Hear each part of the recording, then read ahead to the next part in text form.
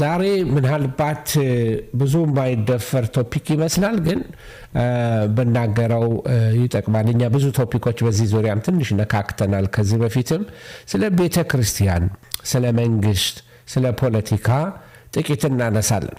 ቤተ ክርስቲያን ከመንግስት ጋራ፣ ቤተ ክርስቲያን ከፖለቲካ ጋራ ያላት ግንኙነት ምን መምሰል አለበት? መጀመሪያ ማወቅ የሚገቡ ነገሮች አሉ። በዚህ በመጨረሻው ዘመን አንዱ ፈተና ከሚሆንብን ነገሮች አንዱ የፖለቲካ ኢሹ ነው። ጸረ ክርስቶስ ሲመጣ ፖለቲካውን ነው የሚይዘው፣ ኢኮኖሚውን ነው የሚይዘው። ስለዚህ ፖለቲካ ምንድን ነው? መንግስት ምንድን ነው? መንግስትን ማን መሰረተ?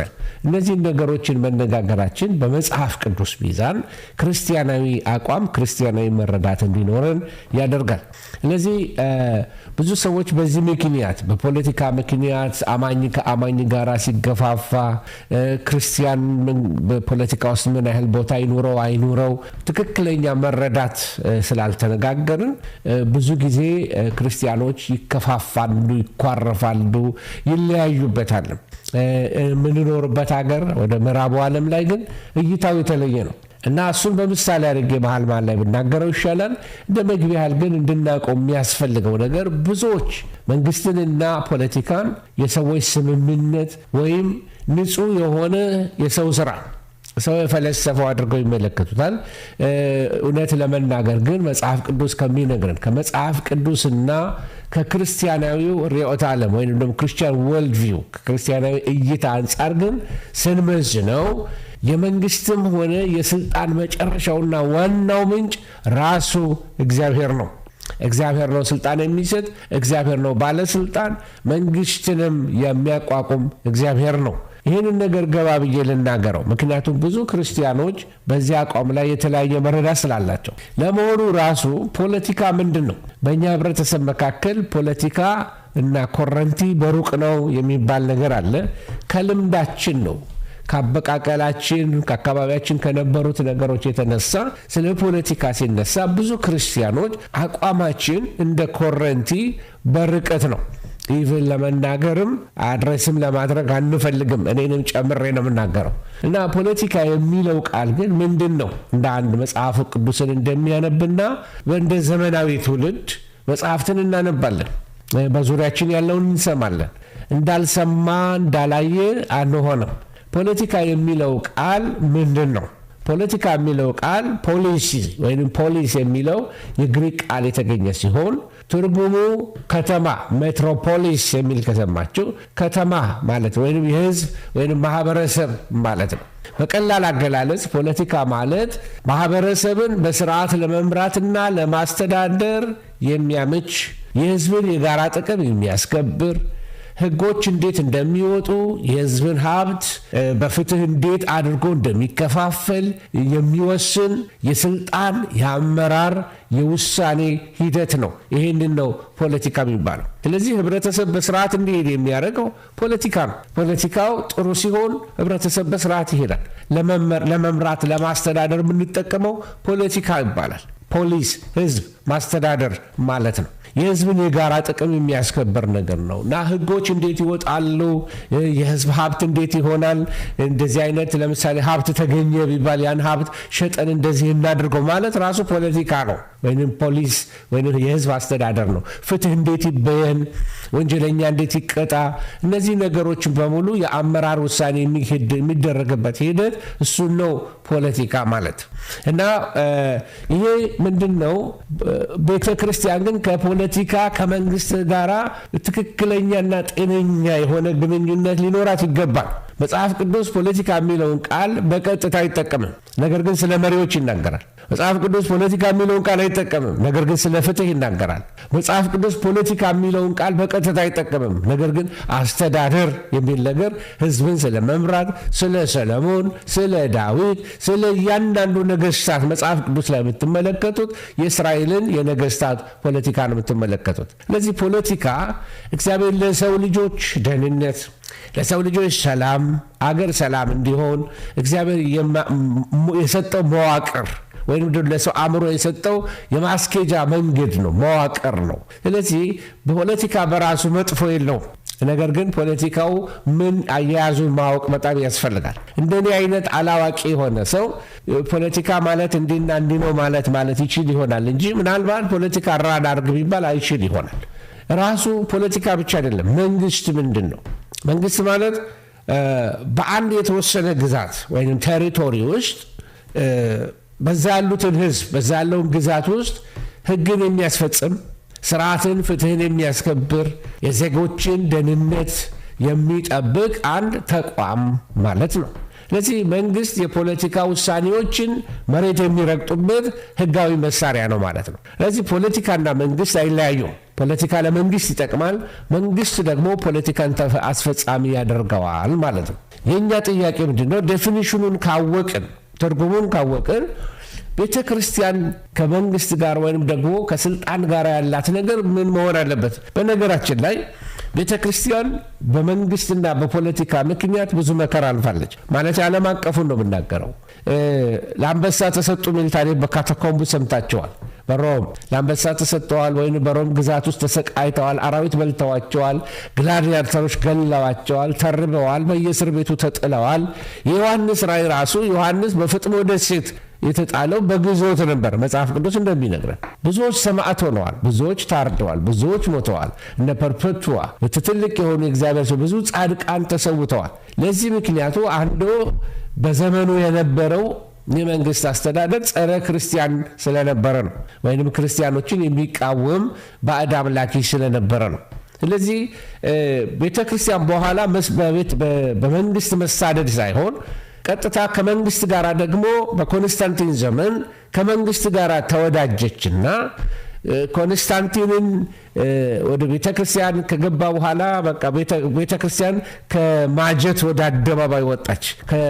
ከየዋሻው ቤተክርስቲያን ወጣች፣ ከስደት ወጣች። ነፃነት እየመጣላት መጣ። በ325 እንደውም ጉባኤ ተሰብስቦ በኒቂያ ስብሰባ ተደረገ እና በዛ ላይ ብዙ ውይይቶች ተደርገዋል። ኮንስታንቲን ራሱ በስብሰባው ላይ ይገኝ እንደነበረ ታሪክ ይናገራል። ስለዚህ መንግስትና ፖለቲካ ተስማምተው የሄዱበት ጊዜያቶች አሉ። ይባስ ብሎ ደግሞ በመካከለኛው ክፍለ ዘመን ላይ ቤተ ክርስቲያን እንደውም አለቃ ሆና መንግስታትን የምትሾም ሆና መንግስታትን የምትቀባ ሆና እንደውም ቤተ ክርስቲያን አሳዳጅ ወደ መሆን የመጣችበት ጊዜ ነበር። ቤተ ክርስቲያን ገዳይ ወደ መሆን የመጣችበት ጊዜ ነበር። በተለይ መናፍቅ የሚባሉትን እነ ጆን ሃስ የሚባሉትን ሰዎች በእሳት ያቃጠለችበት ዘመን ነበር። መጽሐፍ ቅዱስን ወደ መደበኛው ሰው ቋንቋ ስለቀየሩ የተገደሉ ክርስቲያኖች አሉ። መናፍቆች ናቸው ተብለው። ስለዚህ ቤተ ክርስቲያን የተሰደደችበት ጊዜ ነበረ። ቤተ ክርስቲያን ተቀባይነት በመንግስት ያገኘችበት ጊዜ ነበረ። ከዛ ደግሞ ቤተ ክርስቲያን በመንግስት ሆና አሳዳጅ የሆነችበት ዘመን ነበረ። አሁን ይሄ ጥንቱ ታሪክ ነው። በዚህ አሁን ባለንበት ዘመን ግን የመንግስትና የፖለቲካን ዋናው ዓላማዎች አንድ ክርስቲያን እንደ ክርስቲያን ሊያውቅ ይገባዋል። ሕግና ስርዓትን ለማስፈን ሰላምን ለማምጣት እግዚአብሔር መንግስታትን ያስነሳል። ፍትህን ለማደላደል ታስታውሱ እንደሆነ ባቢሎንን ሲነሳ እግዚአብሔር እንዳስቀመጠው ካንተ በኋላ እንደውም ፋርስና ሜዶን ይነሳል። ከፋርስና ሜዶን በኋላ ግሪክ ይነሳል። ከግሪክ በኋላ ሮማውያን ይነሳሉ። ከሮማውያን በኋላ ኢቭን እኛ አሁን ያልደረስንበት የጸረ ክርስቶስ መንግስት ይነሳል። መጨረሻውም እንኳን በመንግስት ነው የሚደመደመው። እሱም ደግሞ የልጁ የኢየሱስ ክርስቶስ መንግስት የ1000 ዓመት መንግስት ይሆናል። ስለዚህ ፍትህን ማደላደል፣ የተበደሉትን መካስ፣ ደካሞችን፣ አዛውንቶችን፣ ድሆችን ከግፈኞች መጠበቅ ይሄ አንዱ የመንግስት ስራ ነው። የዜጎችን መብት፣ የአገር ደህንነት ማስጠበቅ፣ የህዝብን ህይወት ኑሮ የሚያሻሽሉ ልማቶችን፣ ስራዎችን መስራት የመንግስት ኃላፊነቶች ናቸው። ስለዚህ የመንግስትን አመጣጥ ምንጩን ልንረዳ ያስፈልገናል። ከክርስቲያኖች እይታ አንጻር መንግስት ድንገት የመጣ ሳይሆን እግዚአብሔር ለሰው ልጆች ስርዓት፣ ፍትህ የሚሰጥ አቋም ስለፈለገ፣ ድሆች እንዲገፉ ስለማይፈልግ፣ የተራቡ እንዲበሉ ስለሚፈልግ መንግስታት እንዲነሱ ያደርግ ነበረ። ስለዚህ ይሄ በእግዚአብሔር ቃል ውስጥ በብዙ መንገድ ትመለከታላችሁ። ምን እያልኳችሁ ነው? እግዚአብሔር የስልጣን ሁሉ ምንጭ ነው። ሐዋርያው ጳውሎስ በሮሜ 13:1 ላይ ስልጣን ከእግዚአብሔር በቀር የለም፣ ያሉትን ስልጣናት በእግዚአብሔር የተሾሙ ናቸው ይላል። ይሄ ምንድነው የሚያሳየን? የትኛውም ምድራዊ መንግስት እግዚአብሔር ሳያውቀው ድንገት ብቅ ያለ አይደለም። እግዚአብሔር ራሱ ወደ ምድራዊ መንግስታትን ስልጣን ይሰጣቸዋል። ከመለኮታዊ ፈቃድ በታች እንዲሆኑለት ይፈልጋሉ። ነቢዩ ዳንኤልን ውሰዱ። ልዑል በሰዎች መንግስት ላይ እንዲገዛ ያውቁ ዘንድ ይላል መጽሐፍ ቅዱስ። ልዑል በሰዎች ስልጣን ላይ እንዲገዛ ያውቁ ዘንድ ዳንኤል ምዕራፍ 4 ቁጥር 17 ላይ አለላችሁ። ስለዚህ እግዚአብሔር የነገስታት ንጉስ መሆኑ ነገስታትን እንደሚያስነሳ እና አንዳንድም ደግሞ እግዚአብሔር ነገስታትን ሲያዋርዳቸው ትመለከታላችሁ። ባጠፉ ጊዜ እነ ዳሪዮስ ሲዋረዱ ታያላችሁ። ሳር እስኪበሉ ድረስ መንግስታት ሲጣሉ ሲያነሳቸው ከትቢያ እነ ዳዊትን ትመለከታላችሁ። እግዚአብሔር ያነሳል፣ እግዚአብሔር ያዋርዳል ነገስታትን ማለት ነው። ስለዚህ ጌታችን ኢየሱስ ክርስቶስ ታስታውስ እንደሆነ ለጲላጦስ ለአገረ ገዢው ከላይ ባይሰጥህ ኖሮ አለው፣ ከላይ ባይሰጥህ ኖሮ በእኔ ላይ ምንም ስልጣን ባልነበረ ይለዋል። ዮሐንስ ወንጌል ምዕራፍ 19 ቁጥር 11። ስለዚህ ምድራዊ ስልጣን ከመለኮት የተዋስነው መሆኑን ማስተዋል በጣም በጣም ወሳኝ። መለኮት ነው የሚያነሳ። ምናልባት ፖለቲከኞች ካላችሁ የሚያነሳ እግዚአብሔር ነው።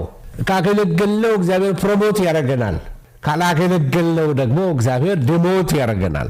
ለዚህ የመንግስትን አመጣጥ ደግሞ ክርስቲያን በትክክል ሊያውቀው ያስፈልጋል። መንግስት ከሰው ውድቀት በኋላ ግን የተሰጠ መሳሪያ ነው ብያቸዋለሁ። ምድርን ለማስተዳደር፣ አመፅን ለመከልከል፣ ለህዝብ ፍትህ እንዲመጣ፣ ለድሆች መልካም እንዲሆን እግዚአብሔር መንግስታችን ያስነሳል።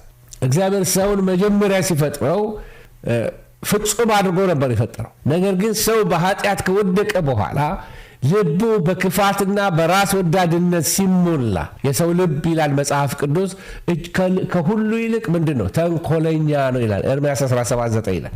ሰው በገዛ ፈቃዱ ለእግዚአብሔር ሕግ መገዛት ሲያቅተው ምድር በግፍና በግድያ ስትሞላ ትመለከታላችሁ። በተለይ በዚህ በኖህ ጥፋት ዘመን ላይ። ስለዚህ እግዚአብሔር የሰውን ክፋት ለመግታት ሲል የሲቪል መንግስታትን ያስነሳል። ፈቀደ እግዚአብሔር። የመጀመሪያው የመንግስት ቅጣት ምን ማለት ነው? የመንግስት የቅጣት ስልጣን መሰረት ያደረገው በኖህ ዘመን እንደሆነ ብዙ ምሁራኖች ይናገራሉ። የሰውን ደም የሚያፈስ ደሙ ይፍሰስ፣ ወይም ደግሞ የሰውን ደም የሚያፈስስ ደሙ በሰው ይፈሳል ብሎ ዘፍጥረት 9:6 ላይ ይናገራል። ስለዚህ ብዙ የሥነ መለኮት ምሁራኖች ምን ይላሉ? ይሄ የሰው ህገ መንግስት መውጣት የጀመረው ከዛ ጊዜ ጀምሮ ነው ይላሉ፣ ወይም ይሄ መሰረቱ ነው ይላሉ። ስለዚህ መንግስት ባይኖር ኖሮ ምድር በኃጢአተኞች ግፍና ዝርፊያ ትጠፋ ነበር። ስለዚህ መንግስት ስራ አለው ማለት ነው። የመንግስት አገልግሎት ምንድን ነው ወገኖች? ሆይ መጽሐፍ ቅዱስ መንግስትን የእግዚአብሔር አገልጋይ ብሎ ይጠራዋል። ሮሜ 13 ቁጥር 4 ላይ ሄዳችሁ ትመለከቱ። መንግስት ሁለት ኃላፊነቶች አሉት ማለት ነው። አንደኛ ክፉዎችን ለመቅጣት ምን ማለት ነው? ወንጀልን ለመግታት፣ አመፅን ለመግታት፣ ክፉ ለሚያደርግ ፍርሃት ነው። ምን ሰይፍ ዝም ብሎ አይታጠቅም ይላል። ሰይፍ የታጠቀ ሰው መሳሪያ በሉት ወይም ስልጣንን ለማሳየት ነው። ሮሜ 13:3 ሄዳችሁ ተመልከቱት። መንግስት ክፋትን በህግ የመቅጣት ስልጣን አለው። የትም ሀገር ሂዶ እስረኞች አሉ። የትም ሀገር ሄዶ የሚቀጡ ሰዎች አሉ። ወህኒ ቤቶች እየሄድኩ አገለግላለሁ የሀገር ቤት እና እስር ቤቱ ሰዎች አሉ። አጥፍተው የታሰሩ አሉ። አመፀኛ ሰዎች አሉ። ሰው ገለው የታሰሩ አሉ። ሚስቱን ገሎ የታሰረ አለ። ባሏን ገላ የታሰረች አለች። ስለዚህ አይቀጡም ማለት አይደለም ወገኖች። ስለዚህ መንግስት ክፋትን በህግ የመቅጣት ስልጣን አለው። ይህም ስልጣን የተሰጠው ከእግዚአብሔር ነው። መንግስትና ህግ ባይኖር ኖሮ ዓለም ኬኦስ ትሆን ነበር። ትርምስ የሞላባት ትሆን ነበር። በቃ ወጥ የሆነ ስራ መስራት አይቻልም። ስርዓት የሚያስይዝ መስመር የሚያስይዝ ያስፈልጋል። ትራፊክ መብራት ባይኖር ስንት ግጭት እንደሚደርስ አስቡ። ስንት ትርምስምስ እንደሚኖር አስቡ ወገኖች ሆይ። ስለዚህ ጠንካራው ደካማውን የሚበድልበት ግድያ፣ ዝርፊያ የነገሰበት ምድር እንዳይሆን ሁል ጊዜ ምን ያስፈልጋል? መንግስት ያስፈልጋል። ገዢ አካል፣ ስልጣን ያለው ያስፈልጋል። ይሄ የእግዚአብሔር ሕግ ነው። መጽሐፍ ቅዱስ ላይ የምትመለከቱት ነው። አንዳንድ ሰዎች መንግስት አያስፈልግም የሚሉ ሰዎች አሉ። እንደዚህ አይነት ሰዎች ከእውነት የተራራቁ ሰዎች ናቸው። የመንግስት ተግባራትና ኃላፊነቶች ደግሞ አሉ። መጽሐፍ ቅዱስ መንግስትን የእግዚአብሔር አገልጋይ ነው ብሎ የሚጠራው። ለዚህ በዚህ መሰረት ነው ቅድም እንዳልኳችሁ መልካሙን ያበረታታል፣ ፍትህን ያሰፍናል። መንግስት ህግ አክባሪ ዜጎችን የመጠበቅ በጎ ነገር የማበረታታት ኃላፊነት አለበት። በተለይ እንደ ወላጅ አልባ ህፃናቶች፣ ኦርፋኔጅ ያሉ ህፃናቶች፣ መበለቶች፣ ድሆች፣ አቅም የሌላቸው ወገኖች እነሱ መብታቸው እንዳይነጠቅ ፍትህን የማስፈን ኃላፊነት አለበት። መጽሐፍ ቅዱስ ይህንን በኢሳይያስ ምዕራፍ 1 ቁጥር 17 ላይ ይነግረናል።